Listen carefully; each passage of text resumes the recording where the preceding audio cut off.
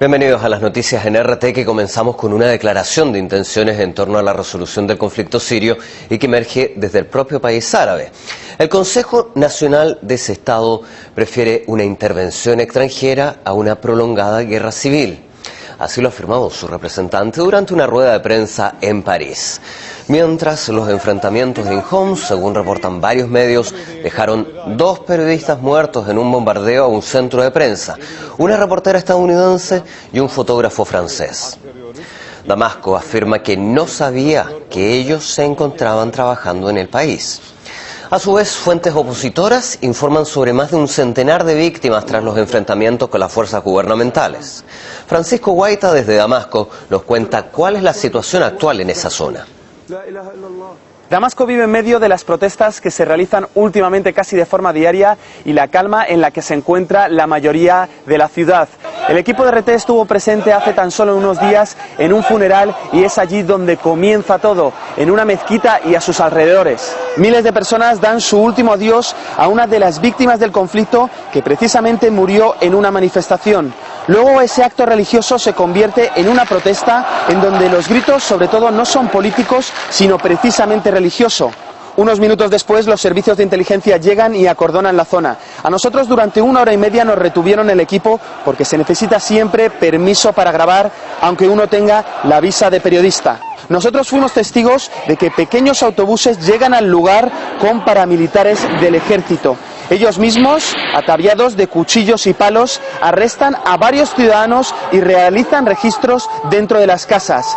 Allí vuelve a haber muertos y, como si se tratara de un círculo vicioso, de nuevo hay funerales al día siguiente. Una situación muy diferente de lo que ocurre en Homs, en donde cuando se habla con personas que llegan aquí a Damasco, procedentes de la ciudad, nos cuentan que hay grupos armados disparando contra el ejército. Homs e Idlib son los puntos más calientes en estos momentos en Siria. Según el gobierno, las fuerzas armadas tienen ya controlado el 80% de la ciudad. Precisamente en tan solo unos días, el próximo domingo, se realizará el referéndum de la Constitución, en donde por primera vez muchos ciudadanos podrán tomar el rumbo del país, aunque algunos creen que es realmente imposible con el conflicto que hay en ciernes. Mientras, las recientes declaraciones de Washington sobre que no descarta la posibilidad de una intervención armada a Siria alarman a Moscú. La Cancillería rusa ya ha declarado que la solución del conflicto en el país árabe no debe llegar impuesta de Occidente. Armen Zakarian tiene más detalles.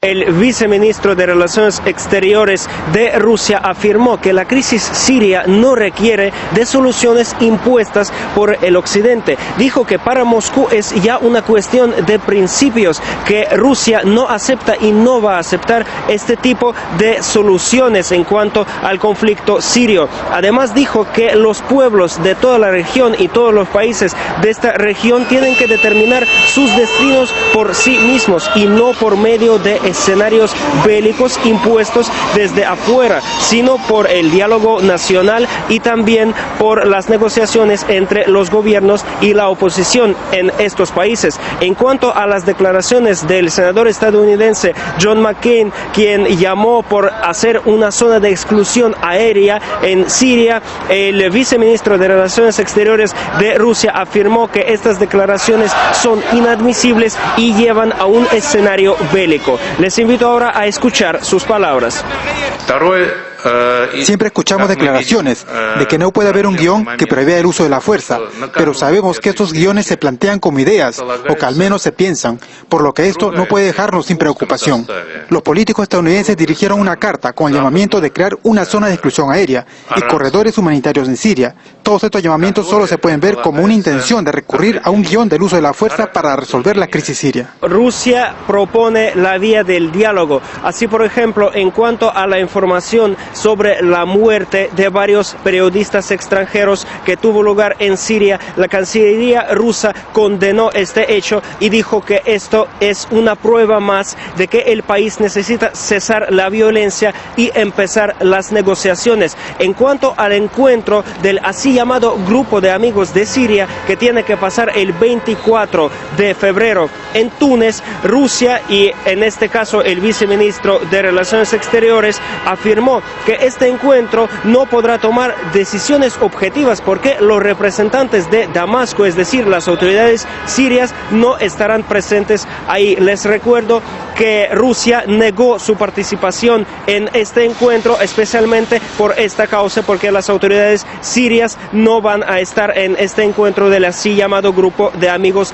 de Siria. En cuanto a la situación humanitaria que vive el país, sin embargo, es muy difícil, y así, por ejemplo, el vicecanciller ruso dijo que la ONU y la Cruz Roja ahora no están discutiendo la cuestión de realizar corredores humanitarios en Siria, porque ellos consideran que esta es una vía, una decisión irreal hasta el momento. Ahora les invito a escuchar las palabras del portavoz del Ministerio de Exteriores de Rusia al respecto. Estamos muy preocupados por los mensajes que recibimos sobre la situación humanitaria tan dura que vive Siria. Para tener una imagen objetiva y conocer la situación real en este aspecto, la Federación Rusa ha promulgado en el Consejo de Seguridad de la ONU una iniciativa para encargar al secretario general que envíe a su representante a Siria. Así podrá contactar con todas las partes e incluso con el gobierno para garantizar un envío seguro de la ayuda humanitaria para el pueblo. Cabe añadir que en la Cancillería rusa afirmaron que el referéndum constitucional que va a tener lugar en Siria podría estabilizar la situación en el país, sobre todo en el caso si la oposición va a aceptar sus resultados. La Organización Internacional de la Energía Atómica declara que las negociaciones con la República Islámica sobre el programa nuclear iraní han fracasado. Según los expertos del organismo, Teherán no ha autorizado la inspección de una de sus instalaciones atómicas. Así lo afirman en un comunicado de prensa tras la visita de 2 días que ha realizado la comisión a ese país. Mientras, el líder supremo de la República reitera que su territorio no tiene intención de crear armas nucleares. No obstante, según algunos informes, los servicios de inteligencia de Israel consideran que la situación ya ha traspasado un punto de no retorno y solo medidas de fuerza podrían evitar que el gobierno persa se haga en su poder con la bomba atómica. Y el portavoz de la Cancillería rusa declaró que no se puede excluir la posibilidad de que Estados Unidos utilice su base aérea de Kirguistán para atacar a Irán. A esto añadió que Moscú tiene la esperanza de que próximamente llegue el acuerdo sobre la fecha y el lugar del encuentro entre los representantes iraníes y el secteto. Y la Unión Europea, introduciendo las sanciones contra Irán, pretendía llevar a Teherán la mesa de negociaciones, pero Irán se adelantó al embargo cancelando el suministro de petróleo a las compañías británicas y francesas. Ahora, los propietarios de vehículos de esos países europeos sienten en sus propias carnes y bolsillos el incremento de los precios del crudo.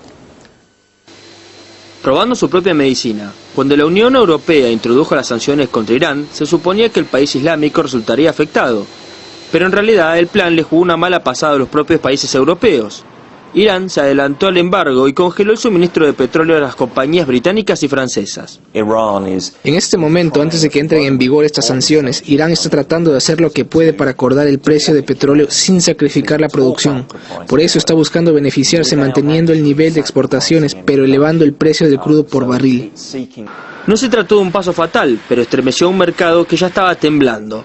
Nada de esto fue previsto por los países que imponían las sanciones. Sin embargo, la población del Reino Unido se ve afectada por las políticas de su gobierno y deberá pagar ahora un alto precio por el petróleo. Es un desastre para los automovilistas. Y no solo ellos resultan afectados por la subida mensual del combustible, sino que también el aumento puede expandirse hacia productos cotidianos, como la comida. Los gastos para llevar la mercancía a las tiendas deberán ser asumidos por los consumidores.